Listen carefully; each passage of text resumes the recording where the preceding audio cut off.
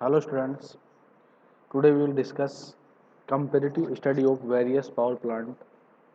So as we far discuss various type of power plant, basically these all type are renewable and non renewable.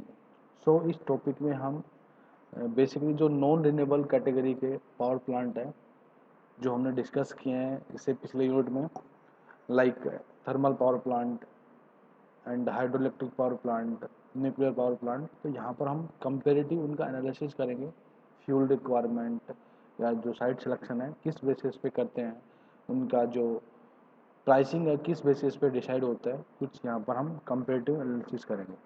So as we no दो power हमारे पास एक modern society के अंदर एक हमारी essential requirement है। हमारी जो पावर रिक्वायरमेंट है डे बाय डे इंक्रीज हो रही है। So we have to study all the data related to power plants. तो बेसिकली हम इसके अंदर डिस्कस करेंगे पावर प्लांट के मेन फोकस है हमारा फ्यूल का, कि हम कौन सा फ्यूल यूटिलाइज कर रहे हैं किस पावर प्लांट के अंदर, एंड उसका जो ओवरऑल कॉस्ट है, एफिशिएंसी है, वो यहाँ पर डिस्कस करेंगे। Basically efficiency it mean efficiency means कि हम कितना इनपुट दे रहे हैं और हमें एक्चुअल में आउटपुट कितना मिल रहा है इक्वलेंट। तो बेसिकली ये एफिशिएंसी को रिप्रेजेंट करता है। जैसे अगर हम बात करें थर्मल पावर प्लांट की, कोल बेस्ड पावर प्लांट की, तो उनकी एफिशिएंसी 30 to 40% रहती है। इट मीन्स हमने जो कोल इनपुट कराया है उसका ओनली 40% हमें मिला है, बाकी 60% एनर्जी हमें वेस्ट में मिल रही है। वेस्ट इन द सेंस हमें हीट मिल रही है, या फिर प्रोडक्शन पूरा नहीं हो रहा है, या फिर हम हीट जो एनवायरनमेंट में रिलीज कर रहे हैं वो है। ठीक है ना। तो यहाँ पर हम डिस्कस करेंगे। बेसिकली सबसे पहले हम थर्मल पावर प्लांट की बात करते हैं सबसे पहले, क्योंकि thermal power plant most use power plant है। क्योंकि जो अभी के समय बात करें तो बेसिकली जो 60% डिमांड है लोड की वो थर्मल पावर प्लांट से ही फुलफिल होती है। क्योंकि अगर हम in renewable and non renewable category को डिफाइन करें तो बेसिकली जो नॉन रिन्यूएबल रिसोर्सेज हैं वो हमारे पास अवेलेबल है, बट कुछ समय बाद वो उनके जो रिसोर्सेज हैं, फ्यूल है, वो ख़त्म हो जाएंगे। अगर बात करें हम रिन्यूएबल एनर्जी सोर्स की, तो renewable energy source are not reliable, because हमारे पास दिन के अंदर में हो सकता है सन की एनर्जी मिले, बट एट द नाइट जो पावर प्लांट है वो शट डाउन रहेंगे। अगर डे में भी पर्टिकुलर डे की बात करें तो डिपेंड करते हैं टेम्परेचर पर, रेडिएशन लेवल पर, तो इनका आउटपुट चेंज रहता है। ठीक है ना। तो हम इन्हें किसी पावर प्लांट के साथ में कनेक्ट कर सकते हैं, बट रिलायबल पावर ऑपरेशन के लिए अगर हमें करना है तो वी नीड कंटिन्यूस पावर। तो थर्मल पावर प्लांट की बात करें तो ये वर्क करता है मॉडिफाइड रैंकन साइकिल या रैंकन साइकिल के लिए। रैंकन साइकिल पर काम करता है ये। ठीक है ना। लोकेशन कहाँ पर होगी इसकी, कहाँ पर सिचुएटेड होगी इनकी लोकेशन, यानी अगर थर्मल पावर प्लांट हमें कहीं पर लगाना है तो we will select a site that where the coal, water and transportation easily available. ठीक है ना। क्योंकि जहाँ पर कोल साइट इजीली अवेलेबल है, वाटर क्योंकि large quantity of water use होती है इसके अंदर, ट्रांसपोर्टेशन क्योंकि हमें कोल का ट्रांसपोर्टेशन करना है, तो जो ट्रांसपोर्टेशन मीन्स है हमारे पास सफिशिएंट ट्रांसपोर्टेशन मीन्स रहे ताकि हम इजीली ट्रांसफर जो कोल है कोल माइन से हम पावर प्लांट तक लेके आ सकें, तो जो ओवरऑल कॉस्ट है वो कम हो जाए। ठीक है ना। और it is located near load centre. Load centre का मतलब जहाँ पर हमारा लोड आ रहा है उसको भी हम कंसिडर करेंगे। ऐसा नहीं है कोल माइंस कहीं दूसरे एरिया के अंदर है बट वहाँ पर लोड नहीं है, तो जो ट्रांसमिशन कॉस्ट है वो ओवरऑल इंक्रीज हो जाएगी। तो ये हम पूरी की पूरी चीज़ें को ओवरऑल कंसिडर करते हैं जब भी हम किसी पावर प्लांट को डिजाइन करते हैं। तो बेसिकली जो थर्मल पावर प्लांट है वो रैंकाइन साइकिल पे काम करता है। एंड इनकी लोकेशन की बात करें तो it will located at the site where coal and water easily available. ठीक है। देन स्पेस, क्योंकि हमें कोल स्टोरेज चाहिए, turbine, boiler, other auxiliary equipment connect करने हैं।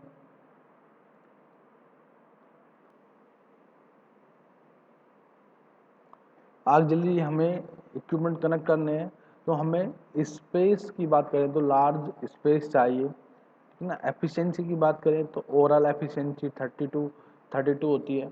अगर जो मॉडर्न पावर प्लांट की बात करें तो में हो सकता है 40 तक हो जाए। इसमें फ्यूल यूज करते हैं मोस्टली हम कोयल या ऑयल यूज करते हैं, ठीक है ना, डीजल वगैरह यूज करते हैं। अगर अवेलेबिलिटी ऑफ फ्यूल की बात करें तो मोस्टली कोल रिजर्व हमको पता है पूरे all over the world present है, ठीक है ना। बट जो कोल है ये नॉन रिन्यूएबल है एंड लिमिटेड है, हमें पता है जो कोल है वो लिमिटेड है, after some time they will vanish. Cost of fuel बात करें तो हाई है as compare to the hydro electric power plant. Initial cost की बात करें इसके अंदर तो हाइड्रो इलेक्ट्रिक के अंदर क्योंकि डैम सबसे कॉस्टली रहता है। न्यूक्लियर पावर प्लांट के अंदर जो न्यूक्लियर जहाँ पर हम चेन रिएक्शन करते हैं, ठीक है ना, जिसको हम न्यूक्लियर रिएक्टर बोलते हैं, उनसे कम है, ठीक है ना। क्योंकि मेनली जो हाइड्रो इलेक्ट्रिक पावर प्लांट है, न्यूक्लियर पावर प्लांट है, उनके अंदर जो मेनली कॉस्ट डिपेंड करती है न्यूक्लियर रिएक्टर एंड डैम पे डिपेंड करती है। इस पावर प्लांट की थर्मल पावर प्लांट की cost nuclear and hydro electric power plant से कम है। रनिंग कॉस्ट की बात करें तो रनिंग कॉस्ट हायर है क्योंकि हम फ्यूल यूज कर रहे हैं जो कोल को, तो इसकी कॉस्ट है वो हायर है, ठीक है ना। मेंटेनेंस कॉस्ट हाई है इसकी क्योंकि हमें स्किल्ड पर्सन चाहिए जो पूरे पावर प्लांट का मेंटेनेंस कर सके, तो we need skilled engineer. Transmission and distribution cost basically low cost होती है क्योंकि जो पावर प्लांट लगाए जाते हैं वो जनरली लोड सेंटर के नज़दीक लगाए जाते हैं। जो ट्रांसमिशन की कॉस्ट आती है generally compare to the hydro electric and जो न्यूक्लियर पावर प्लांट है उससे कम रहती है, ठीक है ना। रनिंग टाइम लार्ज है इसका क्योंकि पहले कोल है वो बर्न करेगा, देन हीट प्रोड्यूस करेगा, देन वो वाटर को बॉईल करेगा, तो it's a long time process. It will take 7 to 8 hour to run full power plant. Standby losses की बात करें तो ज़्यादा इससे hydro electric nuclear power plant से। अगर क्लीननेस की बात करें तो क्योंकि ये लेस क्लीन है, स्मोक एंड एश प्रोड्यूस करता है, ठीक है। लाइफ टाइम इसका 30 से 40 ईयर है।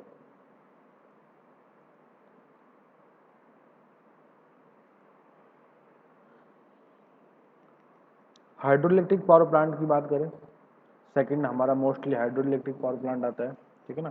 तो हम हाइड्रो इलेक्ट्रिक पावर प्लांट की बात करें तो इसके अंदर हम पोटेंशियल एनर्जी ऑफ वाटर को यूज करते हैं काइनेटिक एनर्जी में, यानी जो वाटर की पोटेंशियल एनर्जी है उसको हम काइनेटिक एनर्जी में कन्वर्ट करते हैं। देन हम टरबाइन एंड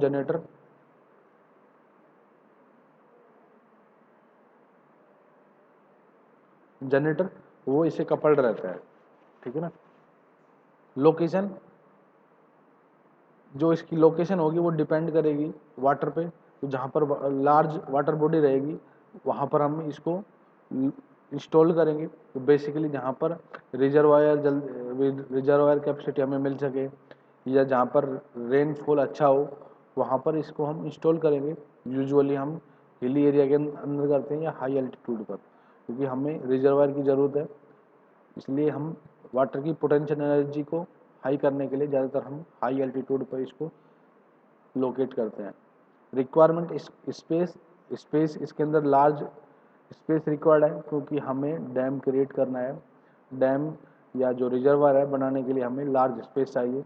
एफिशिएंसी की बात करें तो इसकी एफिशिएंसी लगभग 85 to 90% रहती है क्योंकि इसके अंदर डायरेक्टली हम potential energy of water convert करते हैं काइनेटिक एनर्जी के अंदर। कोई भी हम as compare to the coal energy, अगर थर्मल पावर प्लांट की बात करें तो इसके अंदर कम इक्विपमेंट यूज होते हैं, कम ऑक्सीजन इक्विपमेंट यूज होते हैं, लॉस कम रहते हैं, ओवरऑल एफिशिएंसी इसकी अच्छी रहती है। फ्यूल इसमें वाटर यूज होता है, तो जो अवेलेबिलिटी ऑफ फ्यूल है वो डिपेंड करेगी वेदर कंडीशन पर, वेदर या ईयरली रेनफॉल पर, वहाँ का पर्टिकुलर रेनफॉल क्या है उस पर सब पे डिपेंड करेगा। तो बेसिकली क्या है, अनरिलायबल है। सपोज हमने कोई भी पावर प्लांट डिजाइन कर दिया, अगर पर्टिकुलर ईयर के अंदर वाटर हमें नहीं मिला, रेनफॉल अच्छा नहीं हुआ, तो मे हो सकता है जो वाटर की कैपेसिटी है उसकी वजह से ओवरऑल पावर प्लांट की कैपेसिटी डिग्रेड हो जाए, ठीक है ना। कॉस्ट की बात करें फ्यूल, क्योंकि हमारे पास वाटर है, ये क्या है, नेचुरल सोर्स है तो फ्री है ना। तो जो कॉस्ट है फ्यूल की वो फ्री है, water is free. Initial cost very high, क्योंकि हमें डैम कंस्ट्रक्शन करने में, रिजर्वायर कंस्ट्रक्शन करने में हमें लार्ज अमाउंट की रिक्वायरमेंट रहती है, तो it is basically initial cost इसकी हाई है। रनिंग कॉस्ट इसकी जीरो बेसिकली, क्योंकि हम कोई भी इसके अंदर फ्यूल यूज नहीं करते हैं, ओनली हम वाटर यूज करते हैं, और as we know that water is natural resources, तो रनिंग कॉस्ट इसकी कम है। मेंटेनेंस कॉस्ट भी इसकी कम है एज कम्पेयर टू द जो थर्मल पावर प्लांट है, क्योंकि थर्मल पावर प्लांट के अंदर स्किल्ड पर्सन की रिक्वायरमेंट रहती है, बट यहाँ पर एक बार हमने डैम कंस्ट्रक्ट कर दिया तो जो उसकी लाइफ है करीब 30 से 40 ईयर तक रहती है, तो we can use easily 30 to 40 years. Transmission cost इसकी हाई होती है, क्योंकि जनरली इसको हम लोकेट करते हैं किसी पॉपुलेटेड एरिया से, क्योंकि फ्लडी सीजन के अंदर हो सकता है वहाँ पर पर्टिकुलर एरिया के अंदर फ्लड आ जाए, इसलिए हम इस पावर प्लांट को पॉपुलेटेड एरिया से दूर डिजाइन करते हैं, ठीक है ना, जहाँ पर हमें वाटर इजीली अवेलेबल मिल जाए। बेसिकली ये लोड सेंटर से दूर रहते हैं, तो इनकी ट्रांसमिशन कॉस्ट हाई रहती है। स्टार्टिंग टाइम की बात करें तो वी कैन स्टार्ट इंस्टेंटली, है ना, क्योंकि वाटर जो हम वाटर की पोटेंशियल एनर्जी से डायरेक्ट कन्वर्ट कर सकते हैं किनेटिक एनर्जी में। बेसिकली ये क्लीन है, क्योंकि इसके अंदर कोई भी फ्यूल यूज नहीं होता है, ठीक है, तो जो पोल्यूशन है पोल्यूशन नहीं करता है, क्योंकि जैसे थर्मल पावर प्लांट के अंदर एस है या अदर पोल्यूटेंट्स है वो निकलते हैं, इसके अंदर ऐसा कुछ प्रोडक्ट निकलता नहीं है, तो ये बेसिकली क्लीन है, एनवायरनमेंट इको फ्रेंडली है ये। Life time generally 50 to 100 year होता है इसका generally. Nuclear power plant one of the most important power plant, क्योंकि अगर इसकी बात करें प्रिंसिपल की तो ये काम करता है थर्मो न्यूक्लियर फिशन पर, ठीक है। जब दो हम नाभिक को ब्रेक करते हैं, जो न्यूक्लियस को ब्रेक करते हैं, तो वो ब्रेक हो जाता है, ठीक है। जब किसी हम न्यूक्लियस को ब्रेक करते हैं तो दो पार्टिकल्स में ब्रेक हो जाता है और हमें हाई एनर्जी मिलती है, तो इसको ये थर्मो न्यूक्लियर फिशन पे डिपेंड करता है प्रिंसिपल इसका लोकेशन। इसको हम हाईली पॉपुलेटेड एरिया से दूर रखेंगे, क्योंकि जो रिएक्टर है अगर वहाँ पर कुछ हैजार्ड्स हो गया तो पूरे एरिया के अंदर न्यूक्लियर हैजार्ड्स हो सकता है, तो हम जनरली इसको पॉपुलेटेड एरिया है उससे दूर रखते हैं। रिक्वायरमेंट ऑफ स्पेस, क्योंकि as compare to the thermal power plant and hydro electric power plant, क्योंकि हाइड्रो इलेक्ट्रिक पावर प्लांट के अंदर हम डैम कंस्ट्रक्ट करते हैं, रिजर्व कंस्ट्रक्ट करते हैं, तो हमें एक लार्ज स्पेस की रिक्वायरमेंट रहती है। अगर बात करें हम थर्मल पावर प्लांट के अंदर, तो थर्मल पावर प्लांट के अंदर हमें कोल को स्टोरेज करना है, देन उसको प्रिपेयर करना है, ठीक है, देन कोल यूज होने के बाद जो उसका बाई प्रोडक्ट ऐस है वो निकलता है, तो इन सब को हम हैंडल करने के लिए लार्ज स्पेस की रिक्वायरमेंट रहती है। But in case of nuclear power plant we need only small space, because nuclear reactor है वो एक स्मॉल स्पेस में ही इसको कंस्ट्रक्ट किया जा सकता है, लगाया जा सकता है, तो इसमें सबसे कम स्पेस की रिक्वायरमेंट रहती है as compare to the other power plant. Efficiency बात करें, लगभग एफिशिएंसी इसकी 55% रहती है, तो थर्मल पावर प्लांट से हाई रहती है। फ्यूल इसमें हम यूरेनियम 235 यूज करते हैं।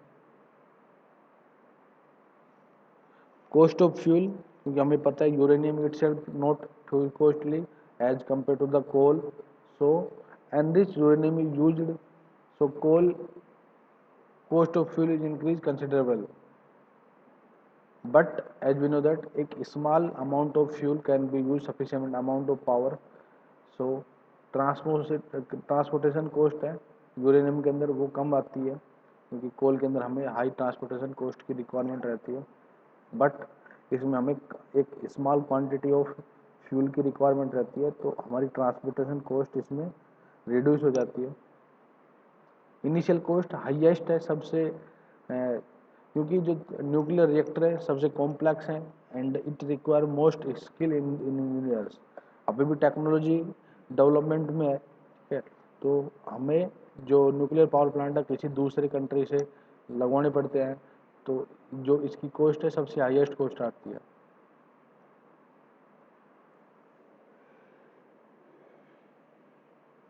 रनिंग कॉस्ट बात करें, क्योंकि इसके अंदर small amount of fuel use होता है, तो जो रनिंग कॉस्ट है वो जनरली लो होती है। इसकी मेंटेनेंस कॉस्ट वेरी हाई, क्योंकि अगर इसको मेंटेन करना है we need skilled person.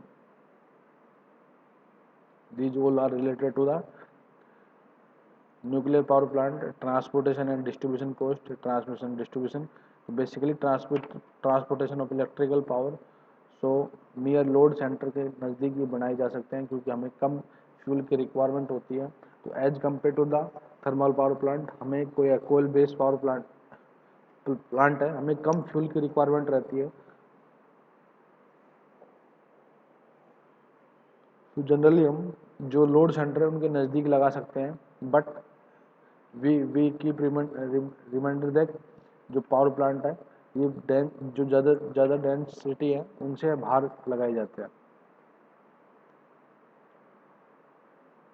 So overall life is 40 to 60%, 40 to 60 year है इसकी, ठीक है। So we can say that सबसे क्लीन है वो हाइड्रो इलेक्ट्रिक पावर प्लांट है, एंड सबसे चीपर है वो न्यूक्लियर पावर प्लांट है, जो कम मात्रा के फ्यूल को यूज करके हाई एनर्जी प्रोड्यूस कर सकता है, ठीक है। और सबसे लार्ज अमाउंट ऑफ स्पेस की रिक्वायरमेंट रहती है हमें डैम के अंदर। डैम बनाने में जो हाइड्रोइलेक्ट्रिक